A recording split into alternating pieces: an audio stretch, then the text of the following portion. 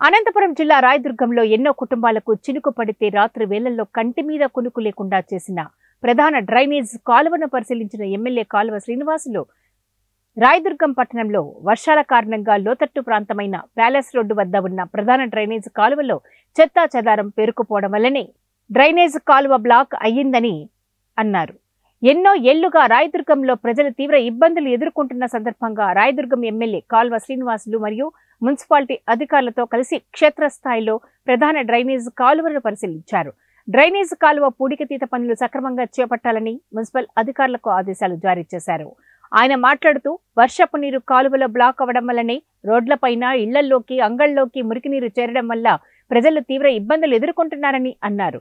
Municipal సమావేశంలో drainage పూడికతీత పనులపై చర్చించామని తెలిపారు. సోమవారం నుండి పూడికతీత పనులు ప్రారంభమవుతాయని తెలిపారు. వర్షపు నీరు సక్రమంగా పారే విధంగా చర్యలు తీసుకోవాలని అధికారులకు ఆదేశించారు. రాయదుర్గం పట్టణంలో చినుకు పడితే చాలా కుటుంబాలకు కునుకు లేకుండా చేస్తున్న డ్రైనేజ్ సగానికి పైగా పూడిక పేరుకుపోయి మురుగునీటి కాలువ సామర్థ్యం తగ్గిపోయి వర్షపు నీరు సక్రమంగా పారని కారణంగా ఎక్కడికక్కడ రోడ్లపైకి ఇళ్లలోకి షాపుల్లోకి నీరు చేరి ప్రజలు ఇబ్బందులు పడుతూ ఉన్నారు. దీన్ని దృష్టిలో పెట్టుకొని నిన్న కౌన్సిల్ సమావేశంలో దీనిపైన చర్చించాం. ఈరోజు కమిషనరు మున్సిపల్ అధికారులను తీసుకొచ్చి దీన్ని చూపించాం.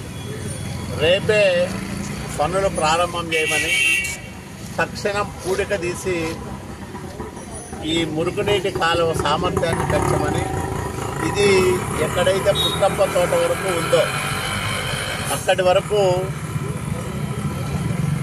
పూడిక తీసి